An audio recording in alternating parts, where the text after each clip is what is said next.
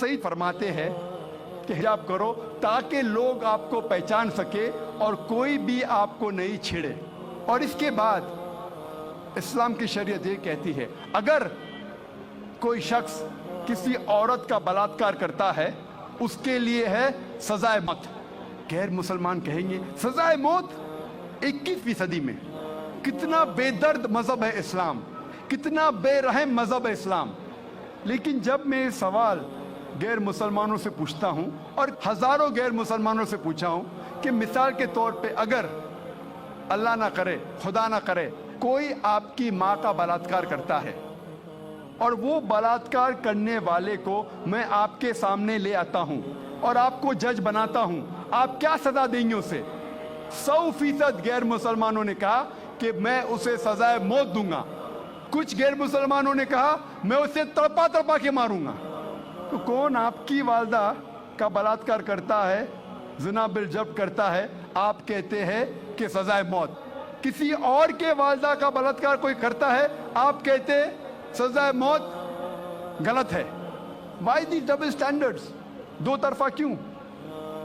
और यूएसए हम समझते हैं कि सबसे तालीम याफ्ता मुल्क है, तरक्की याफ्ता मुल्क है। आप शायद ये नहीं जानते कि इस मुल्क यूएसए में सबसे ज़्यादा बलात्कार होते हैं। अगर आप फहरिस्त देखेंगे वो ममालिक की जिसमें सबसे ज़्यादा बलात्कार ज़िना बिल जब्र होता है, ऊंचे नंबर पे आता है यूएसए। 1991 स्टैटिस्टिक्स एफबीआई के रिपोर्ट के मुताबिक 1990 में हर साल, उस पूरे साल में एवरेज हर रोज 1756 बलात्कार हुए यूएसए में। 1990 में एफबीआई स्टैटिस्टिक्स के मुताबिक हर रोज यूएसए में 1756 बलात्कार हुए।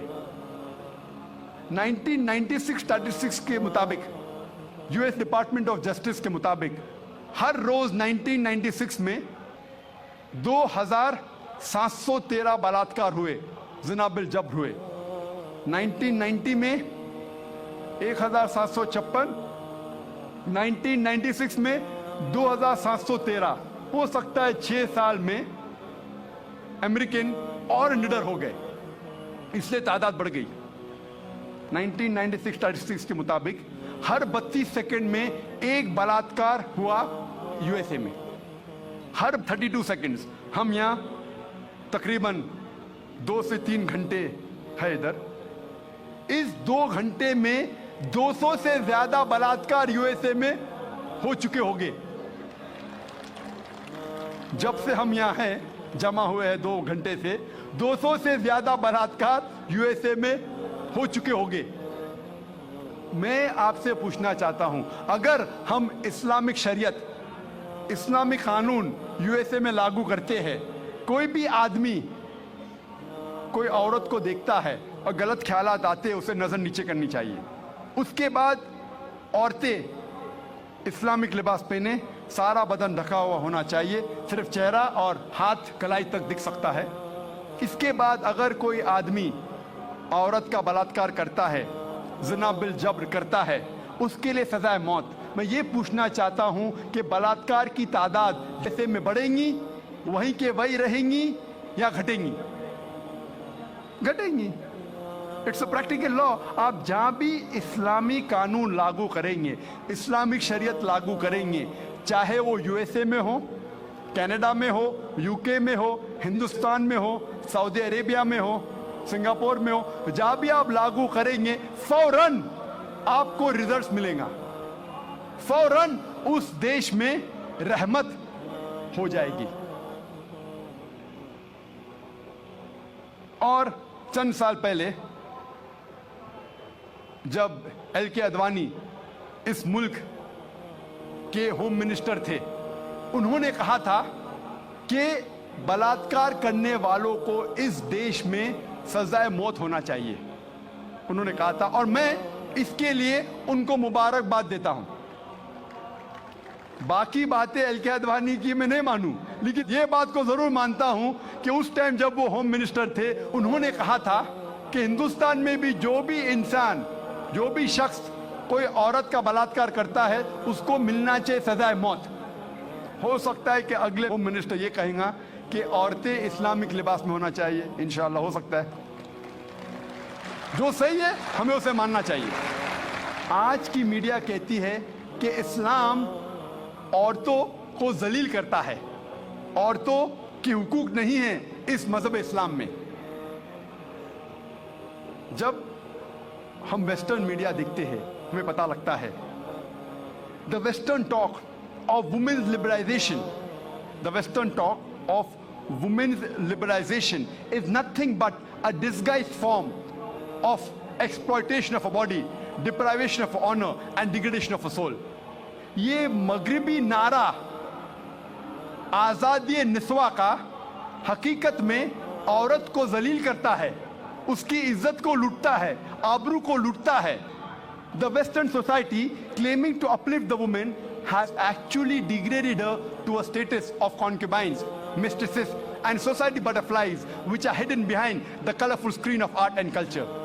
ये मगरबी तहजीब जब कहती है कि हम औरतों के दर्जे को बुलंद करते हैं, हकीकत में वो औरतों को तवाइफ बनाते हैं, रखेल बनाते हैं, बाजार की जीनत बनाते हैं, आर्ट और कल्चर के रंगीन पर्दे के पीछे। आर्ट और कल्चर के नाम पे वो कहते हैं कि हम औरतों को आज़ादी दे रहे, हकीकत में वो उन्हें जलील करते हैं। और हम देखते हैं वुमेन्स लिबरलाइजेशन के नाम पे ये वेस्टर्नर्स क्या कर रहे हैं।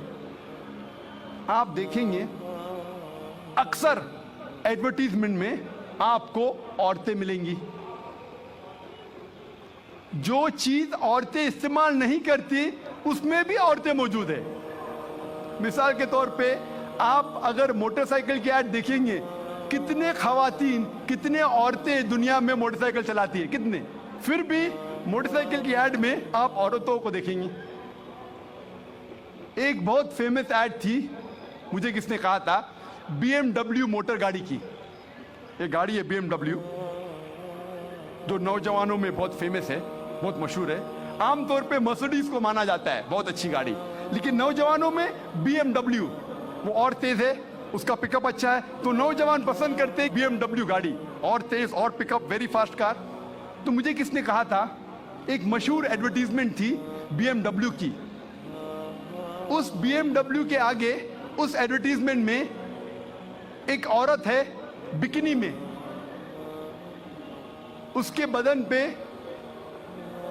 बहुत कम लिबास था बिकिनी में, और वो एड में लिखा था, वो गाड़ी के आगे खड़ी थी वो औरत बिकिनी में, और एडवर्टीजमेंट में लिखा था टेस्ट ड्राइव हर नाउ, उसे घुमाओ और देखो अभी।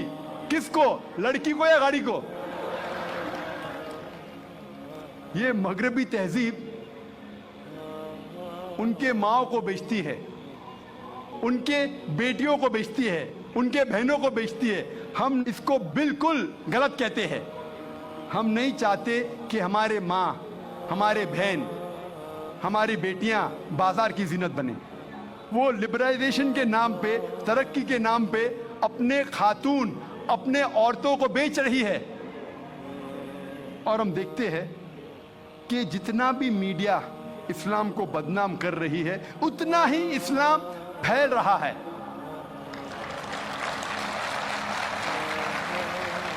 आज सबसे ज्यादा फैलने वाला मजहब सारी दुनिया में नंबर 1 इस्लाम। यूएसए में सबसे ज्यादा फैलने वाला मजहब इस्लाम, यूरोप में सबसे ज्यादा फैलने वाला मजहब इस्लाम। और जो लोग, जो गैर मुसलमान इस्लाम कबूल करते हैं, उनमें से 2/3 हिस्सा औरतें हैं। 2/3 ऑफ देम आर वुमेन। अगर इस्लाम औरतों को जलील करता है तो औरतें इस्लाम कबूल क्यों करते? ये अमेरिकन औरतें इस्लाम को क्यों कबूल कर रही है? ये यूरोपियन औरतें इस्लाम को क्यों कबूल कर रही है? क्योंकि वो जानते हैं कि औरतों के मसाइल का हल इस्लाम है। वो जानते हैं कि औरतों के लिए रहमत है इस्लाम।